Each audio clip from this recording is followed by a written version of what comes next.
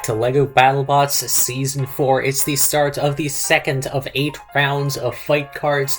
Kicking it off, we have Thunderbolt versus Bot of Italy in a battle of the flippers. Both bots coming off of solid wins as Thunderbolt one-shot Snowfall, while Bot of Italy also only needed one flip to dispatch of Cobalt.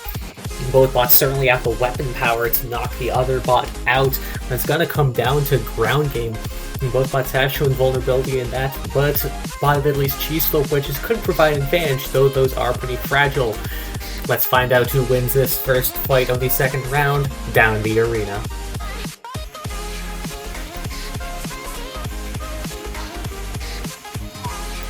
Let the bot battle begin. Thunderbolt getting underneath Bot of Italy's flipper, unable to really take advantage of that. They are not able to do much.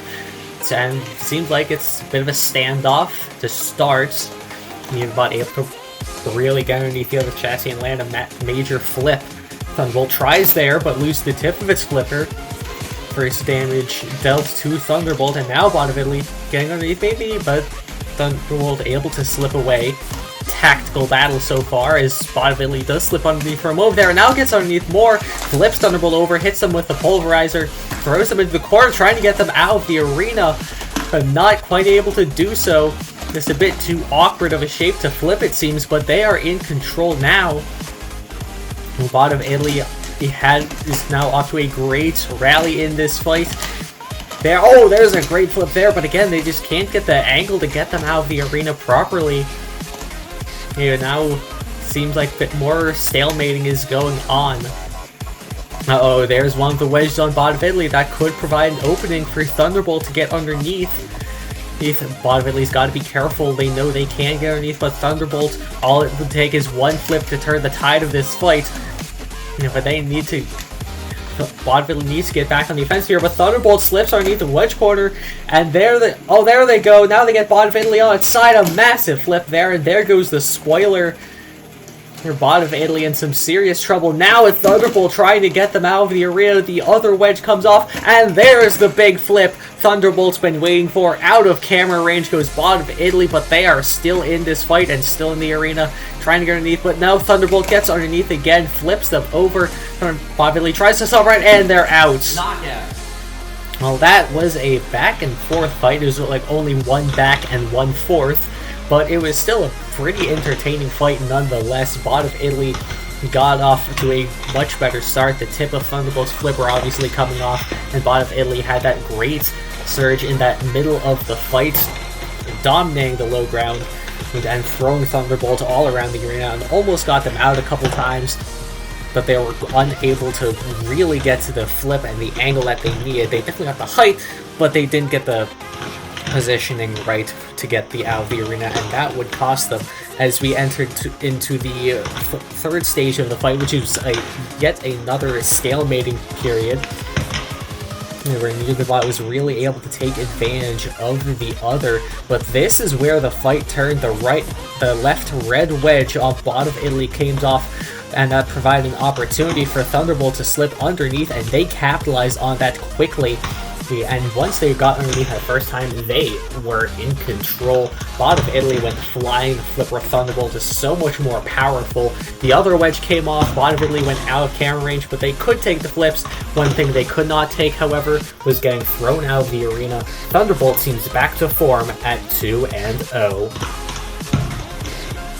Next up, we have Copperhead taking on Bonk. Copperhead and Bonk both at 0-1 to start their season, as Copperhead got knocked out in the first fight of the season by Monochrome, while Bonk got thrown out of the arena by Grilled Cheese. Once again, gonna come down to ground game to see who can win this fight. Neither bot has all that much weapon power, so it's going to come down to who can control the other bot properly, who can take advantage of the arena hazards the best.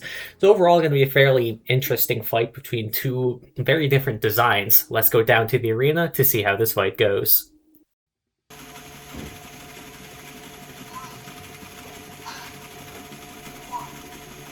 Let the bot battle begin. Bonk getting underneath Copperhead to start this fight. Drops a hammer down once. Then Copperhead gets away, but Bonk immediately back underneath. Almost flips Copperhead over there. That could be a problem, but now Copperhead gets underneath. Nathan Bonk gets underneath a third time, trying to put them in screws. 3-for-1 ground game in favor of Bonk so far, and now they've got Copperhead pinned in the corner. Trying to drop the hammer and do some damage, not really working well. Now they're trying to get Copperhead on the screws again, almost had them flipped, but now they're jammed in there. The screws reverse, allowing Copperhead to escape, but they go right back on the Bonk's wedge, who slams them into the wall. Copperhead can take the hits, but they are already in trouble here. Your ground game is not seeming to work very well against that of Bonk. Remember, that is a newly redesigned wedge on the front of Bonk that is causing some serious problems for Copperhead. Copperhead really not able to get that drum in to do any significant damage. And now Bonk trying to rip the wedge off. That would be huge in this fight. They might not necessarily need to, but that would be huge if they are able to get that off. Now they're trying to put Copperhead in the pit. And Bonk controlling the pace of this fight, and now they're trying to push and drag Copperhead around, gets them into the screws again, jams them up. Great performance so far in this fight by Bonk. Copperhead has oh, there's the best shot of the match for Copperhead so far, actually. And it's a little response, but Bonk immediately counters, and oh, that's a very awkward grab. That's Copperhead in a terrible position. And now Bonk trying to get them on some kind of wall, trying to get them stuck somewhere.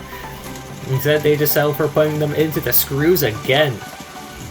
Great performance by Bonk in this fight. They are not letting up, and Copperhead has yet to find any kind of response. They've done little more than jabs so far, and Bonk has just been controlling the pace of this fight, controlling the action. They need to do stuff like that. They need to push Bonk around. They need to get them into screws. But, oh, great attack there by Bonk. They finally take some damage. There go the eyes. But Copperhead comes out inverted. And that is not good. Bonk takes superficial damage, and Copperhead ends up on his head, struggling to get back up here as Bonk continues to control and push Copperhead around. Grabs them by the wedge and trying to get them stuck on the pit wall. Could this be a knockout? Nope, Copperhead able to escape, but I think they're way behind in this fight. They're running out of time to get anything meaningful done as Bonk continues to take advantage of every opportunity that's presented to them. And now, while Copperhead is right side up again, they're not going to really be able to get much out of that unless they can somehow split Bonk in half in the dying seconds of this fight. But it does not seem like it's going to go that way, and this fight is indeed going to go to the judges for the first time in round 2, and I'm pretty sure we know who the winner is. That wedge of Bonk just worked incredibly well. Copperhead could not get underneath with any kind of consistency, and they only landed one real medium-sized shot throughout that fight. Meanwhile, Bonk was a lot more effective in capitalizing on the times it did get underneath Copperhead. They drove them around the arena, they put them into screws, they used the arena hazards well, they tried to get them stuck on the pit wall a couple of times. Weren't successful in doing that, but they were able to try it in the first place, and this was just incredible work by Bonk. They also utilized their hammer efficiently, even though they weren't really able to do any damage. Damage is definitely going to go to Copperhead with the little damage they got. They were able to prevent Copperhead from really utilizing that drum, and instead dominated the control category.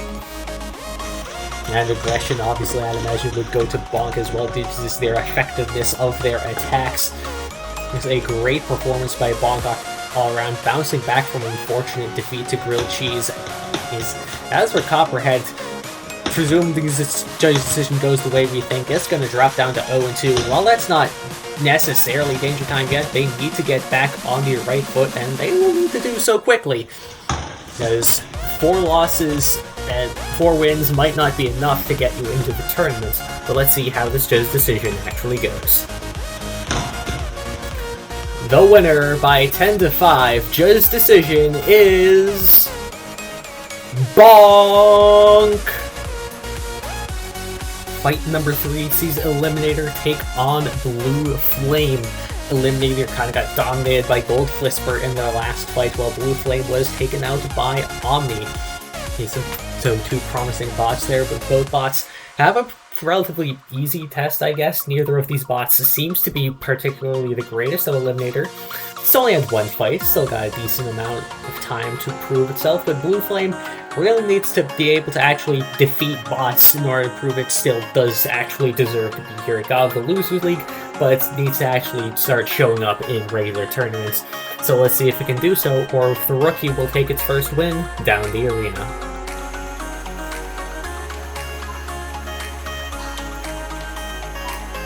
Let the bot battle begin. Rookie with something to prove versus veteran who we very well know sucks.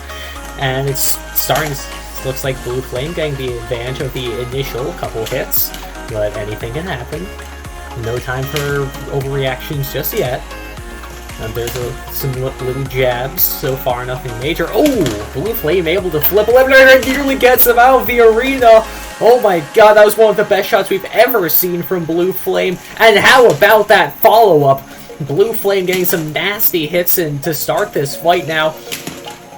And they could be looking for a kill here early. Eliminator still holding up. They're a pretty durable bot, and that weapon is going to be able to keep spinning for a while, dude. That design, but there's another shot from Blue Flame. If Eliminator can't stay on the ground, they're going to find themselves in serious trouble. Blue Flame almost gets another shot like that one that almost got Eliminator out of the arena. Oh, but Eliminator flips Blue Flame over. I don't know how that happened, but Eliminator definitely going to try and take advantage of this. As Blue Flame, it can drive upside down, but it's not going to be able to use that drum very effectively. Can they get involved? Oh, and now Blue Flame's on its side. That's going to... Oh, no. Eliminator lands a big follow-up shot. And you can already see cracks start to form in the frame. Blue Flame now back right side up. And both bots get flipped over by that exchange, but Blue Flame is definitely coming out worse with that wedge gone in its entirety. Eliminator's using the screws to self-right itself. And now it's trying to go to work on Blue Flame to take advantage and finish the job. See a crack in the, I think it's the right side of the chassis. Actually, both sides of the chassis. Blue Flame now right side up, and now the drums amp is going to be back into play. But is it going to be able to really do anything? There's a nasty shot by Eliminator straight to the middle of that chassis. And Blue Flame is struggling here, as they have done in the past. But there's another counter shot by Blue Flame, kind of. But they really need to be getting underneath Eliminator. Oh, and there's a solid shot. Blue Flame on its side again, but rated by Eliminator. That's twice they've been saved now. And there goes one of the bricks that represents one of the wheels on Blue Flame. They are in some serious trouble here, and they are hurt. Eliminator looking to go to work and finish the job. Blue Flame still holding up. Oh, there's another hit. How many of those can Blue Flame take? You can really see the crack on the right side. They are hurting that how badly, and that looks like it's gonna be it. Two last shots from Eliminator. They are backing off. This fight is over. Blue Flame underperforms yet again after a great start, and Eliminator picks up his first win. Knockout. Well, Blue Flame had an excellent start to this fight. They were landing some absolutely monster shots on Eliminator. That was the first that flipped Eliminator over, and then this one, the fight could have ended right there, but Eliminator somehow managed to sneak back into the arena. But then that nasty follow-up from Blue Flame. And again, right there, excellent start and continuing to attack, but once this hit happened, Blue Flame upside down was in some serious trouble, and Eliminator took advantage as best they could in the situation, and the damage that they did was enough that eventually they were able to flip Blue Flame again and rip the wedge off, and once that happened, it was only a matter of time before Eliminator did even more damage to the chassis, ripping off one of the quote-unquote wheels, and they were able to break apart the rest of the chassis from there, causing some serious damage and getting a knockout win. A great performance for Eliminator, and its first win of its career. Fight 4 sees Talon taking on Pirates Curtis. Talon coming off a Judge decision win and an excellent performance over Fossilized, though that fork durability really is still a problem for it. Meanwhile, Pirates Curse coming off a pitting of Hammerhead. And so both bots have decent wins over relatively I guess Fossilized is still a proven opponent. Hammerhead has been kind of on the decline. But both bots, I'd say, have a solid chance of winning this fight. It's going to come down to ground game and who can break the other's forks. Neither of the forks on either bot are very durable, so it's going to come down to, as I said, which one will break first. Let's go down to the arena to see what happens.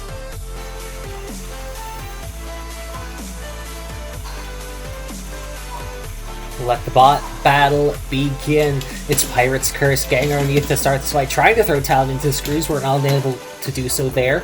Getting underneath again and trying to flip Talon over. Talon cannot self-right, as you know. Those forks of Pirate's Curse working well so far, but they're unable to get Talon into the screws. And Talon gets underneath, though, puts Pirate's Curse in the screws. A bit of a turnaround there. Pirate's Curse upside down. They've lost one of their middle forks, one of those longer reach forks, but now Pirate's Curse getting it again, putting Talon into the screws now. Talon jammed in there, and the screws do reverse for them as they did for Pirate's Curse, and now they're trying to use that hammer as kind of like a lifter, and what the heck? Knockout. Well, Pirate's Curse manages to find yet another kind of odd way to win, but it is a victory nonetheless. This Talon was able to rip off one of the forks of Pirate's Curse, but only one, and Pirate's Curse was able to then use its better overall forks to get underneath Talon, put them in the screws, and get them in a position where their hammer was able to act kind of as a lifter, which they then used to throw Talon out of the arena. It's kind of a cursed way of getting a bot out of the arena, but it did work and put Pirate's Curse at 2-0. Fight number 5 is Lucky taking on Sunset. Lucky was able to get a quick out of the arena win over Gruff in its last fight, though that flipper durability, those issues were shown very clearly. As for Sunset, it was able to get a strong knockout win over Get Some. Well, that was an untested rookie, though Lucky is also this design is also fairly untested. It's going to come down to who can get underneath, as a lot of fights tend to do. Lucky certainly has the power to throw Sunset out of the arena. That is a tested spinner design on Sunset that could cause some serious damage if it gets underneath. So let's see how this fight goes down the arena.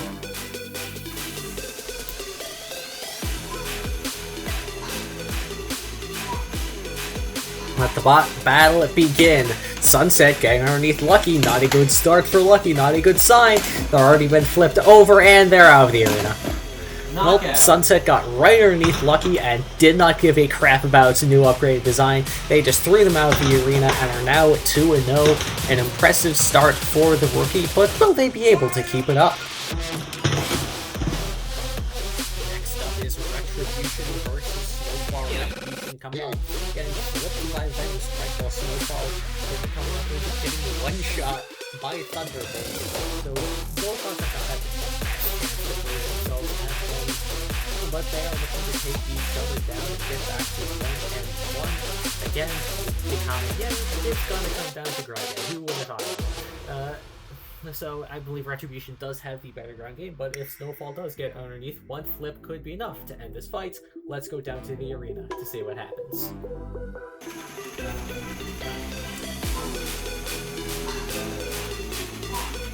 Let the bot battle begin. It's Retribution getting underneath with a little jab. Oh, and now they have flipped Snowfall. Oh, that's not good. That's not good at all. Snowfall's dead. 10, yeah, this fight is over. An excellent performance by Retribution. That's going to put them at 1-1, and Snowfall needs to get his act together quickly. Nope, Retribution just landed a quick couple jabs and then a little power shot. Flipped Snowfall and then ripped it apart. Yeah, good win for Retribution. For our 7th fight, we have Deadlift versus Biohazard, two square-shaped lifters, one of which is significantly larger than the other. Deadlift and Biohazard both took L's in their first fights, so they're looking to bounce back here. Deadlift, I'd say, has the better ground game, but it's going to be able to, really difficult to be able to implement it. Because that lifter sticks out in front of those wedges, meanwhile Biohazard sits flush with its own wedges, and that's going to be a lot easier to work with. Let's see who's able to take advantage of their lifter more down the arena.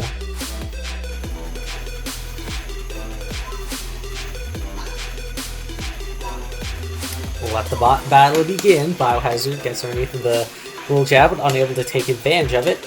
and again a couple times. Now Deadlift gets underneath, puts Biohazard into squeeze, kind of, but oh, Biohazard gets to the side of Deadlift and able to grab it there. Great lift and grab combo. Now Deadlift is upside down. They can't really self-right, can they? Well, Biohazard trying to get them out of the arena. Now it looks hard to tell where Deadlift is. Oh, they're out. Knockout. Yep.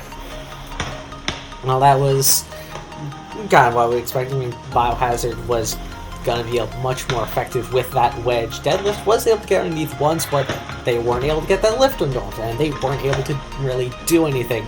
Once Biohazard got that lifter, they were able to throw Deadlift all around. They flipped them over, and then they threw them out of the arena. Biohazard bounces back to 1-1 as Deadlift falls to 0-2. It's time for the main event as channel mascot Nemesis takes on the front hinge flipper of Siege Engine. Both bots coming off of strong and fast wins in the first round. Siege Engine hitting uppercut pretty easily, and then Nemesis ripping apart Glitch. This is gonna be a very fascinating fight. Siege Engine used to have a configuration specifically for horizontals like Nemesis. It was kind of just a brick on the front of the robot, but due to durability upgrades, Siege Engine has grown confident enough to just use those forks to try and win against horizontal spinners, and those are tougher than most forks you have seen on other bots. But Nemesis, it's 26-6 for a reason. That is one of the most, if not the most destructive weapon in the entire field, and this is going to be a hard machine to take down. And its weakness is those big wedges like we saw against Mannerheim back in Season 2. But he takes a certain kind of durability to stand up to Nemesis. We'll see if Siege Engine has that power, or if Nemesis is able to get through that upgraded chassis. Let's find out who wins this first main event of the second round of fight cards down the arena.